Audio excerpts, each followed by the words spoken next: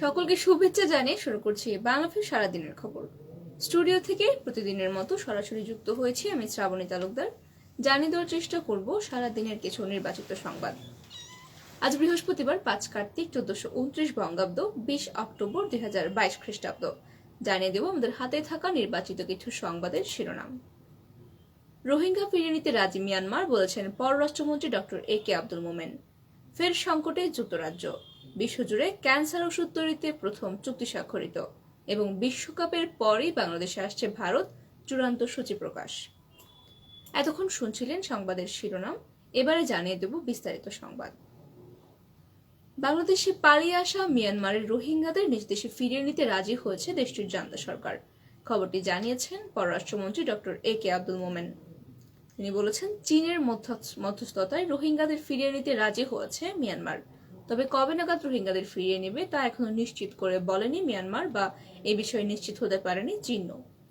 আজ বৃহস্পতিবার চীনের রাষ্ট্রদূতের সঙ্গে বৈঠক শেষে সাংবাদিকদের সঙ্গে আলাপকালে এসব কথা জানিয়েছেন পররাষ্ট্রমন্ত্রী ডক্টর এ.কে আব্দুল মোমেন। উল্লেখ্য, 2017 সালের 25 আগস্ট মিয়ানমারের রাখাইন অঞ্চলে নিরাপত্তা বাহিনীর তল্লাশিতে হামলার পর সেখানকার রোহিঙ্গা জনগোষ্ঠীর বিরুদ্ধে ব্যাপক দমন নিপীড়ন শুরু করে সেনাবাহিনী।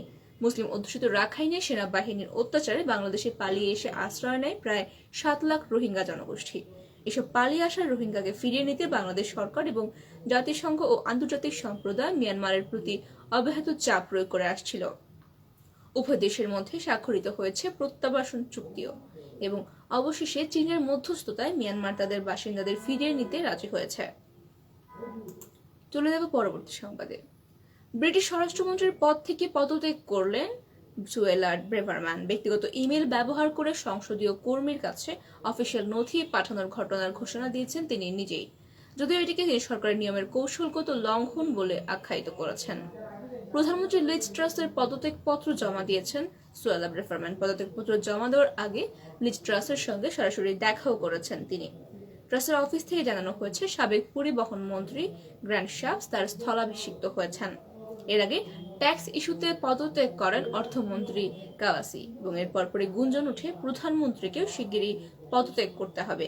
তবে ব্রিটিশ প্রধানমন্ত্রীর পদ থেকে সরে দাঁড়াচ্ছেন না লিজ ট্রাস, এমনটি জানা গেছে।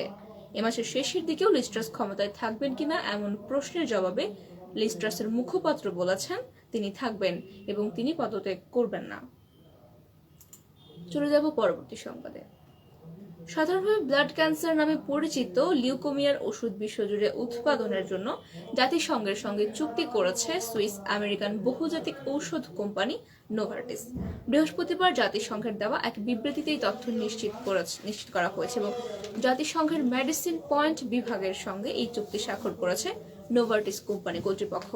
চুক্তিপত্রে বলা হয়েছে, বিশ্বের মধ্যমায়ের 7টি দেশ মিশর, গুয়েতমালা, ইন্দোনেশিয়া, মরক্কো, পাকিস্তান এবং ফিলিপাইন ও তিউনিসিয়ার কিছু বাছাই করা কোম্পানিকে বিশেষ এই লাইসেন্স দেওয়া হবে। লাইসেন্সপ্রাপ্ত কোম্পানিগুলো লিউকেমিয়ার একমাত্র মুখে খাওয়ার ওষুধ নিলোটিনিভেট জেনেটিক বিভিন্ন নামে এবং বিভিন্নভাবে উৎপাদন করতে পারবে। মানুষ এবং অন্যান্য স্তন্যপায়ী প্রাণীর দেহে রক্ত তৈরি হয় অস্থিমজ্জা থেকে। এই প্রধান দুটি উপাদান রক্তরস এবং রক্তকণিকা। লিউকেমিয়া আক্রান্ত রোগীদের দেহে শ্বেত রক্তকণিকা অস্বাভাবিক হারে বৃদ্ধি পায় এবং ক্রমবর্ধমান শ্বেত রক্তকণিকা একসময় লোহিত রক্তকণিকাকে ভক্ষণ করতে থাকে, এবং এই স্তরকে বলা হয় ক্যান্সারের প্রাথমিক ধাপ। এবং জাতিসংঘ নোভার্টিস চুক্তির তালিকায় থাকা 7 দেশের মধ্যে অন্যতম পাকিস্তান এই চুক্তিকে স্বাগত জানিয়েছে। পাকিস্তানের পাঞ্জাব দেশের রাজধানী লাহোরের হামিদ লতিফ হাসপাতালের ক্যান্সারবিদ জেবা আজিদ এক বিবৃতিতে বলেন, তিনি খুবই আনন্দিত, কারণ এই চুক্তির ফলে বিশ্বজুড়ে দরিদ্র এবং মধ্যমায়ের অনেক মানুষ এখন ক্যান্সারের চিকিৎসায় আসতে পারবেন। জানিয়ে দেব আমাদের হাতে থাকা সর্বশেষ সংবাদ।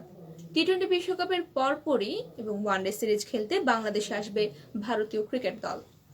সফরের টেস্ট ম্যাচে 2টি আইসিসি টেস্ট চ্যাম্পিয়নশিপের অন্তর্ভুক্ত, যদিও বাংলাদেশ ভারতের ওয়ানডে ম্যাচগুলো আইসিসি সুপার লিগের অংশ নয়। সর্বশেষ 2015 সালে বাংলাদেশ সফর করেছিল টিম ইন্ডিয়া। ইতিমধ্যে সিরিজের সূচি এবং ভেন্যু চূড়ান্ত হয়েছে।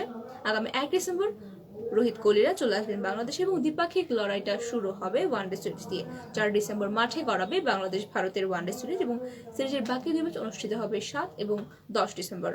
ওয়ানডে সিরিজের ভেন্যু নির্ধারণ করা হয়েছে মিরপুরের শেরেবাংলা জাতীয় ক্রিকেট স্টেডিয়াম। সুপ্রিয় দর্শক শ্রোতা, আপনারা এতক্ষণ দেখছিলেন বাংলা ভিউ সারাদিনের খবর। সঙ্গে থাকার জন্য সকলকে অসংখ্য ধন্যবাদ।